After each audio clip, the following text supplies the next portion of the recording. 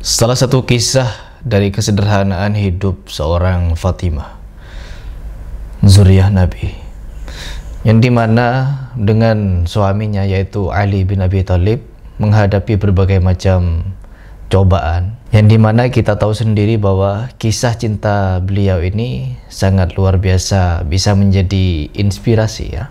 Bahkan untuk melamar Fatimah pun Ali bin Abi Thalib menggunakan zirah perangnya. Dan begitu pun juga dengan Fatimah. Ketika sudah menikah, mereka hidup dalam kesederhanaan. Sampai Hasan wal Husain pun lahir, mereka berdua masih tetap hidup dalam kesederhanaan, tanpa mengeluh sedikit pun dan tanpa mendawir sedikit pun. Dan mereka adalah sosok terbaik untuk kita jadikan teladan. Namun berbeda hal dengan para habaib yang mengaku-ngaku keturunan Ali bin Abi Thalib dan Fatimah. Kalau kita melihat rekam sejarah kehidupan Ali bin Abi Thalib dan Fatimah beserta Hasan wal Husain, tidak ada satupun di antara mereka demi kemuliaan dunia, demi kemuliaan derajat, demi kemuliaan golongan, mereka sampai merendahkan golongan yang lain. Tak ada satupun.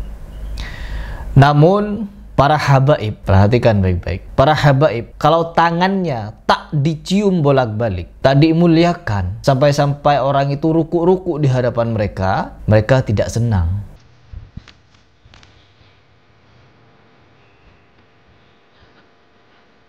Bukan cuma ditempel, dihirup, ditaruh di atas kepala ente, cium dada guru ente. Anjing saudara, babi itu orang.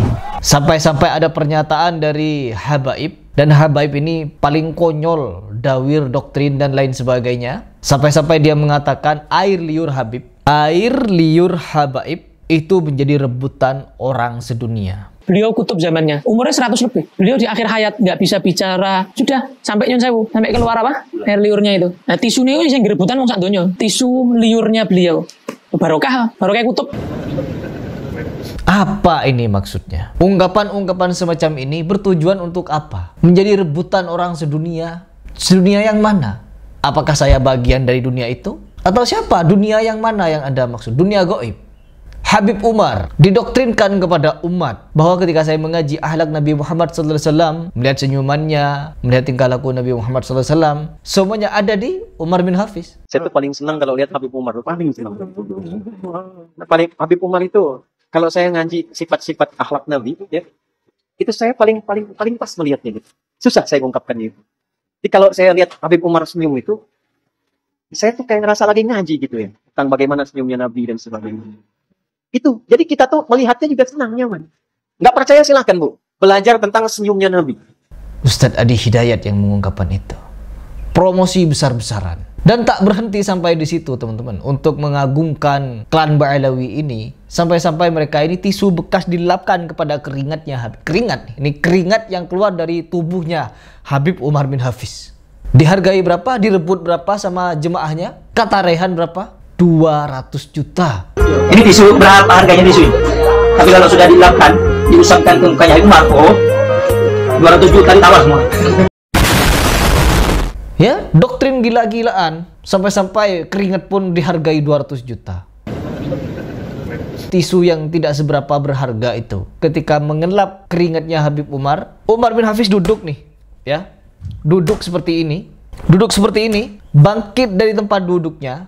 Ada satu video yang menampilkan para mukibin mencium-cium bekas duduknya. Entah Habib Umar itu bangkit dari tempat duduknya mau ke WC, mau buang air besar, mau buang air kecil, sama seperti kita, tempat duduknya dicium-ciumin. Allahul musta'an. Hasil doktrin konyol seperti itu. Habibnya jalan, di bekas kakinya dicium. Bener memang, rata-rata masyarakat di Indonesia itu sangat polos, sangat mudah untuk dibodoh-bodohi. Apalagi berkedok keramat, berkedok karomah, berkedok cucu Nabi. Kalian teriak-teriak cinta Ahlul Bait. Ahlul Bait sendiri yang tercatat di dalam sejarah, tak ada satupun yang mendawir-dawir umat dengan cara yang seperti kalian lakukan. Tak ada satupun. Siapa yang mau kita jadikan panutan? Kalian atau Ali bin Abi Thalib atau Fatimah atau Hasan wal Husain? Sebutkan di antara 4 nama yang saya sebutkan pernah mendawir-dawir umat demi perutnya, demi kenyamanan hidupnya, demi kemuliaannya. Sebutkan. Di kisah mana? Di kitab mana? Nabi Muhammad SAW pernah menahan kelaparan sampai diikat perutnya dengan bebatuan. Batu diikat-ikat di perutnya. Untuk apa menahan lapar? Tidak minta-minta.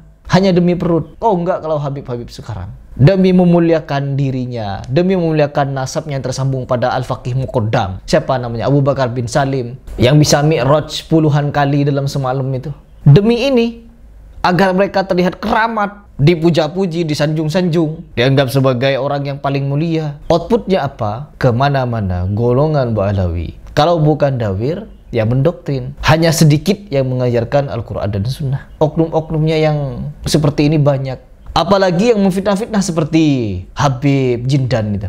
2 kali saya bahas beliau untuk mempertanggungjawabkan ucapannya tentang fitnahnya. Yang pertama kepada Buya Hamka. Buya Hamka di akhir hayatnya merayakan maulid, haul, tahlilan. Padahal sanak familinya saja tidak bersaksi demikian. Sanak famili keturunan Buya Hamka tak ada satupun. Terus yang terakhir dia mengatakan orang-orang yang membid'ahkan tahlilan, maulid dan haul dan lain sebagainya, Isra Mi'raj, mereka mengatakan nggak apa-apa pergi konser, pergi ke bioskop karena ujung-ujungnya bisa sunnah. Mulai kapan ada orang-orang salafi nonton konser? Inilah kekonyolan dari orang-orang yang sejatinya dia tidak pernah mempelajari apa itu salafi. Saya pun demikian dulu. Ketika saya tidak mau mendengar kajian mereka, ya saya mikirnya begitu. Dan pernah termakan fitnah juga. Sangat memilukan ketika melihat umat akhir zaman ini banyak bertingkah-tingkah melebihi dari Nabi Muhammad SAW, menceritakan tentang karomah-karomah konyol tentang leluhur mereka, sampai akhirnya apa? Merendahkan mujizat Nabi Muhammad SAW. Kenapa dinyatakan merendahkan? Nabi Muhammad SAW Mi'raj, Isra Mi'raj, bertemu dengan Allah Subhanahu Wa Taala untuk menerima perintah sholat. Setelah itu tak lagi Mi'raj, tak lagi Mi'raj. Tapi bagi habaib, Mi'raj seenak jidat. Tujuannya apa? Gak ada tujuan. Gak ada tujuan sama sekali. Untuk mendapatkan hukum baru. Apa? Untuk mendapatkan apa? Mi'raj itu. Dan pembelanya berbeda-beda cara untuk membela itu. Yang satu menggunakan as-sholatu mi'rajul mu'minin. Yang satu seperti Idrus Samli. Kiai Idrus Samli menyatakan, ya Allah punya hak apapun untuk memi'rajkan hambanya bertemu Allah beberapa kali. Terserah Allah. Itulah karomah, pertolongan Allah. Gak ada yang gak mungkin. Oh hebat kalau begitu. Kenapa setelah Nabi Muhammad SAW wafat tidak ada satupun di antara sahabat yang dimi'rajkan, sedangkan hukum turun karena mereka, dan mereka orang paling mulia. Mereka mulia di sisi Nabi. Tak ada satupun di antara mereka yang dikisahkan mi'raj sehari 100 kali, 5 kali lah minimal. Karena sholatnya 5 waktu, sholat wajibnya. Karena as-sholatu mi'rajul mu'minin. Sholat itu adalah mi'rajnya orang-orang mukmin. Kalau begitu dikisahkan Al-Faqih Muqaddam atau Abu Bakar bin Salim mi'raj dalam sehari 70 kali. Dalam rangka apa? 70 kali. Sholat apa kalau memang as-sholatu mi'rajul mu'minin? Sholat apa 70 sekali? Oh ada sholat sunnah masih. Oh iya, sholat sunnah mi'raj. Berarti tiap hari dia mi'raj. Bukan hanya sekali itu. Pernah dikisahkan Al-Faqih Muqaddam mi'raj 70 kali. Bukan pernah berarti kisahnya. Memang mi'raj tiap hari. Ya jutaan kali dia sudah mi'raj. Kebingungan mereka teman-teman. Dengan kisah-kisah konyol seperti ini yang mereka sudah terlanjur menceritakan, sudah terlanjur tertulis di dalam kitab mereka, buku-buku mereka. Akhirnya apa? Kebingungan mereka untuk mencari pembelaan, mencari pembenaran dalil, memadamkan api neraka dengan jari kelingking. Meskipun katanya di dalam kitab sebenarnya bukan dengan jari kelingking. Saya ini bisa memadamkan neraka jahanam dengan jari kelingking, itu nggak saya dengar. Yang ada, yang kita dengar, saya bisa memadamkan neraka jahanam. Ada memang kisahnya Al-Faqih Muqaddam begitu. Lalu membawa dalil apabila ada orang soleh mau lewat di Siratul Mustaqim, apa katanya? Api neraka hendak mau padam karena cahayanya. Kalau ini sulit Anda pahami karena pemahaman Anda sangat terbatas tentang syariat Nabi Shallallahu Alaihi Wasallam, Anda perlu tanya. Jangan Anda langsung memvonis orang-orang soleh. Anda akan malu dan Anda dicap sebagai orang yang kurang ajar sama aulia. Anda nggak paham kok langsung memvonis. Ada riwayat hadis Nabi Shallallahu Alaihi Wasallam yang menyatakan jika seorang mukmin melewati jembatan di atas neraka jahanam, neraka jahanam itu berkata kepada orang mukmin yang lewat, wahai orang mukmin, cepat lewatnya, karena cahaya yang Allah berikan kepada kamu, wahai mukmin, kalau tetap kamu berdiri di atas neraka jahanam, bisa memadamkan neraka jahanam. Apa neraka jahanam dibanding cahaya Allah Subhanahu Wa Taala yang diberikan orang mukmin? Jika orang mukmin biasa, bukan wali, cahaya yang Allah berikan kepada beliau bisa memadamkan api jahanam, bagaimana dengan orang wali min auliyaillah? Ya kalau begitu bukan cuma dia yang bisa memadamkan api neraka, Nabi Muhammad juga bisa kalau begitu. Abu Bakar, Umar, Utsman, Ali, ya semuanya bisa kalau begitu. Bukan cuma Abu Bakar bin Salim. Kalau cuma bermodal dengan dalil orang-orang soleh yang lewat di Siratul Mustaqim itu bisa memadamkan api neraka.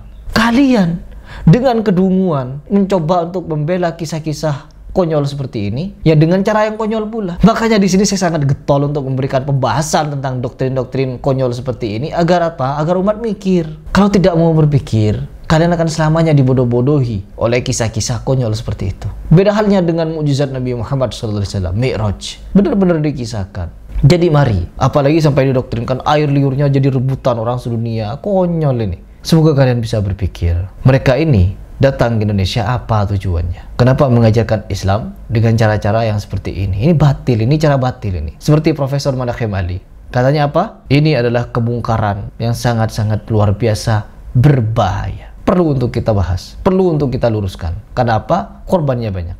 Dan kalian bisa mikir, korban yang saya maksud ini korban apa? Dan silahkan kalian riset sendiri, korban-korban habaib. Silahkan, korban apa? Ada. Beberapa korban yang memilukan ada.